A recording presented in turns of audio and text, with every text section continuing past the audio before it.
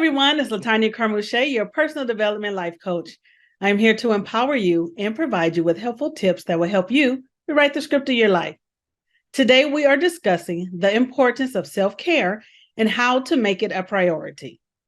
Self-care is the practice of taking care of your physical, emotional, and mental well-being. Now, I already know life can get really busy, life can be stressful, and it's so easy to put others before our own needs, right? Our other people needs before our own, right? Perhaps it's just the way you were brought up, right? You were raised to always put other people first. But I'm here to tell you that neglecting your own self-care can lead to burnout, it can lead to depression, and it can lead to poor health. That's why self-care should be a priority in our lives. Self-care refers to the activities and the practices that we deliberately choose to engage in on a regular basis to maintain and improve our emotional, mental, and physical health. This involves getting enough sleep, eating healthy foods, exercising, meditating, setting boundaries, and making time for enjoyable hobbies and relationships. Self-care also means tuning into our needs and our feelings and tending to them. It requires putting ourselves first sometimes rather than putting others' needs before ours.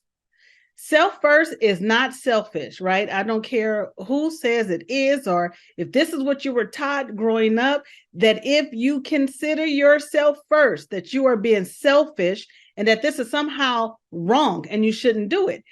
It's the other way around. I'm here to tell you that that is so not the truth, right?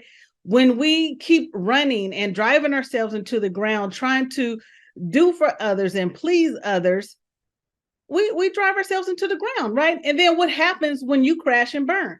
When you become completely depleted, where you are now bedridden, you are now sick, you're not healthy enough to function. Now what happens? Everyone around you suffers, right? The people that's relying on you to take care of them now have to suffer because you didn't put yourself first, right? It is not an act of selfishness, it is a necessity. Self-care is a necessity. It's not selfish, it's just self first, right? It's so important. Taking care of ourselves should be a top priority because it allows us to be the best versions of ourselves. Just like we fill up our car with gas or we take it for regular maintenance, right? We take it to the mechanic for maintenance. We have to take care of ourselves properly so that we can function at our best. When we don't make self-care a priority, we're literally killing ourselves, right? We become irritable, we become anxious, we become depressed, and sometimes we even become sick. Neglecting self-care, it harms relationships. It makes it difficult to be productive at work. It makes it difficult to be around people. It can even lead to serious mental and physical health problems over time. Making self-care a regular habit is crucial for maintaining strong mental health, having energy, thinking clearly, and managing stress. It also allows us to be more patient with others and be present with other people, right? When we take a moment to ourselves, it allows us to de-stress and be more kinder, right? We'll have more patience with children. We'll have more patience with our coworkers, with our grandchildren, with our friends. We'll have more patience, right? But you have to take time for yourself. So, how do you make self-care a priority? Well, first you need to identify what are your self-care needs? What replenishes you? What makes you feel full mentally, emotionally, or gives you more physical energy, right? You have to identify this is a personal thing, right? What works for you may not work for me, and what works for me may not work for you. So you have to identify what specific activities help you de-stress and feel more balanced, right? Do you need more rest? Do you need to exercise more? Do you need connection with peers, right? So if you're a stay-at-home mom and all you do is baby talk all day and you watch, I don't know what kid shows are out now, but Puppy Paw Patrol and Blue's Clues or whatever is out, right? Your whole day is just engulfed in elementary things, children things, baby things. If you need to get around a peer or talk to someone your own age so that you can have adult conversations to help make you feel balanced and feel normal, then do that, right? What is it that you find enjoyment in? Do that. Whatever it is that you need to do that allows you to de-stress and feel more balanced, this is just what you need to do. Now, when you do this, you're going to set self-care goals and you're going to plan for them, right? This is just not something that you figure, oh, I got a free 5 or 10 minutes right now. Let me do this for myself. No, you're going to put this in your calendar. You're going to set the alarm in your phone or however you need to make this as important as clocking in for your job, as important as showing up to a meeting on time. You are going to set self-care goals and you're going to plan for them, right? You're going to decide what self-care practices you want to incorporate and how often, right? So for example, you can start off with, I'm going to meditate 15 minutes a day before I get my day started, right? You're going to set your alarm. If you normally wake up at 6:30 a.m., right? Set your alarm for 6:15. And when you wake up, you're dedicating these 15 minutes is me meditating. These 15 minutes is me reading the Bible. These 15 minutes is me getting on my exercise bike or walking. I don't know if you have stairs in your house. I'm just going to walk up and down the stairs. I'm going to, whatever it is that you need to do to take time for you, you're going to set the alarm and you're going to stick to it like it's an appointment that you're going to go meet someone else, right? We're going to figure out ways, right? If 15 minutes in the morning doesn't work for you, then maybe after work, right? I was talking to someone the other day and I mentioned that after working, right, corporate America, so working 8 hours a day, and then driving in traffic for 2 hours, right? One way up or 45 minutes to an hour up, 45 minutes to an hour back. Before I got to my daughter, before I picked her up and I knew she was going to be riled up with energy, she's always excited to see me and she wanted to tell me about, what Usher did and what Chris Brown did and what Britney Spears did and what the girl Ashley did in her class and what the teacher said. And she's just so full of energy. Before I can take more of that and pile that onto my 8 hours of corporate America, my traffic driving, me thinking of bills or whatever it is that I've thought of that day, I would drive home with the radio off. That was my time to de-stress. There's no one to talk to. There's no one to, try to entertain. There's no one to have to pay attention to. And I did it with the radio off. I did it in silence on purpose because the way my mind is, if I would have driven with the radio on, then I would have been focused on what did she say? What concert is coming to town? Oh, am I going to be able to make that concert? Do I want to go to the concert? Oh, this is happening in the news, breaking news.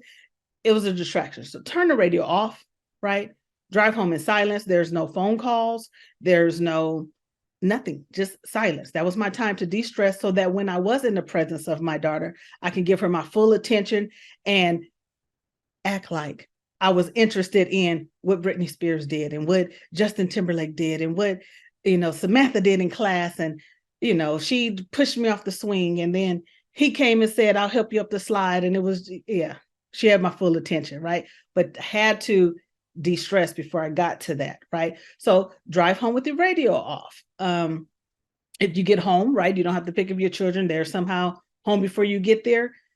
Sit in your car for 5 minutes. Just de-stress, right? Self-care, practice self-care.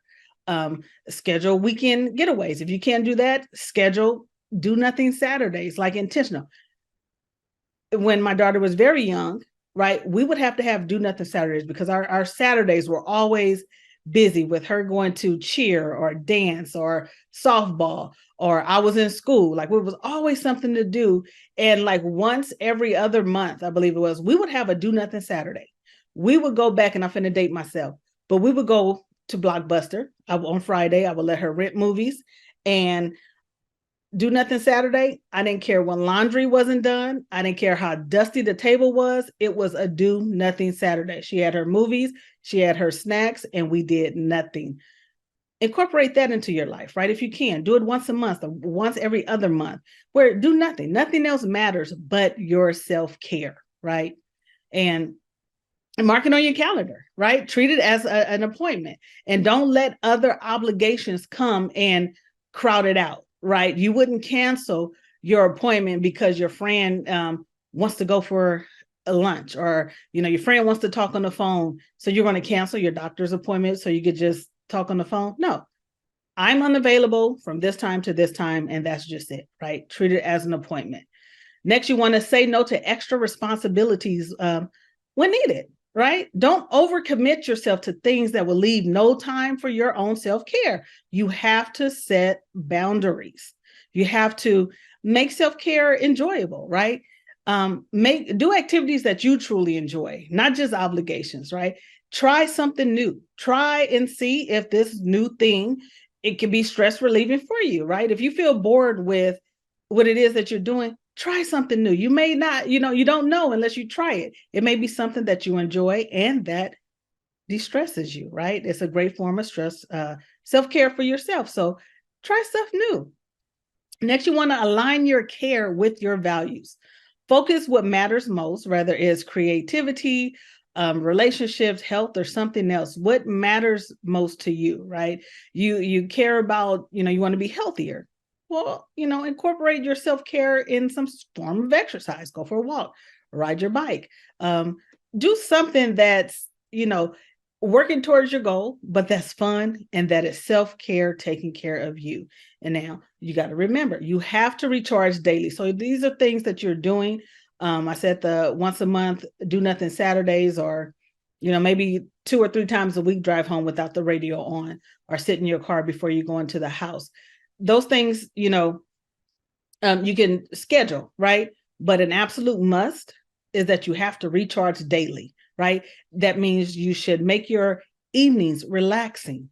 Have a relaxing evening routine. Maybe drink a cup of chamomile tea or spray lavender scent. I like lavender scent. So, or whatever scent is relaxing to you.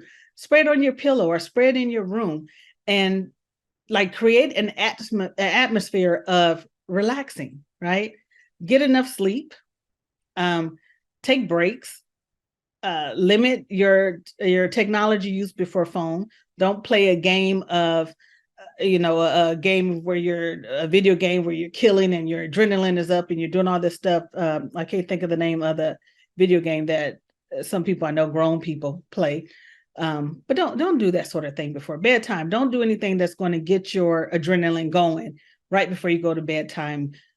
Set yourself, create a routine, a bedtime routine that allows you to relax. And one of the most important things to do is to treat yourself kindly. Talk to yourself with compassion and avoid self-criticism, right? Surround yourself with supportive people. Spend time with those who replenish you, right? Limit draining relationships. And then you want to deal with stress immediately, as soon as possible. Don't let stuff build up. Now, if you need a minute to step away and cool off, do that. But don't just let stuff build up, right? Somebody do something to offend you. I offend you today. And then you just don't talk about it. You say, well, whatever. But you're holding this grudge in yourself. You're holding this grudge and it's eating you up. I have no idea what's going on, but I'm noticing now your energy towards me and your attitude towards me is changing. What's going on, right? Don't do that to yourself and don't do that to people, right? There's a problem. If you need to walk away and breathe, get your thoughts together and come back where you're able to talk, in a calm manner, then do that. But don't hold it in and then, for months at a time. Don't do that, right? Because it's eating yourself up. It is killing your self-care. It's killing you. And the other person probably don't have a clue of what's going on, right? Learn how to talk it out. Learn how to breathe deeply, learn how to meditate, or whatever it is you need to do to regain a calm, right, perspective. And then let that person know what went wrong, or what offended you, or, what you misunderstood, or you may have misheard. Can you clarify it for me? Type of deal. Don't let stuff fester and eat you up, because it deplenishes your self-care. And again, you're hurting yourself, which in the long run is going to hurt the people that you don't want to hurt the most, right? You don't want to hurt your loved ones, but you're letting stuff eat you up and you're not giving yourself self-care and you're just killing yourself off daily. And then in the end, you're gone or you're sick and then everyone else suffers. Like, that's not cool. Don't do that, right? So the key is to intentionally set aside time for self-care that nurtures you the most, whether that's reading, taking a walk, calling a friend, or my favorite, getting a massage, right? Be creative and be consistent with your self-care practices. You deserve this, right? You deserve this. When you take good care of yourself, you'll have the energy and the resilience needed to handle life's challenges, and you'll be able to show up as your best self for others, right? You'll be calm, you'll be kind, you'll be loving, you won't be on edge. You'll be your best self. So make self-care a non-negotiable priority. You are so worth it. You are worth it. Do it for yourself, right? Do it for yourself first and let that trickle down and do for others, right? I heard Oprah say once before, somebody told her, "You're so full of yourself," and she was offended, right? But then she thought about it. Well, it's good that I'm full of myself, because if I'm full of myself, now I'm overflowing, right? And the overflow of goodness, because I'm treating myself so well, is overflowing and going out to the others, to my loved ones, to people around me. So self first is not selfish. Self-care is an absolute must. Start today. Today. Non-negotiable. It starts today. For more information about this topic, just come back to YouTube. Come to my page, right? Visit the page. I'll be posting videos here. You can go to my website, ltce.info. And don't forget to tell a friend, like the page, like the video, and I'll see you next time.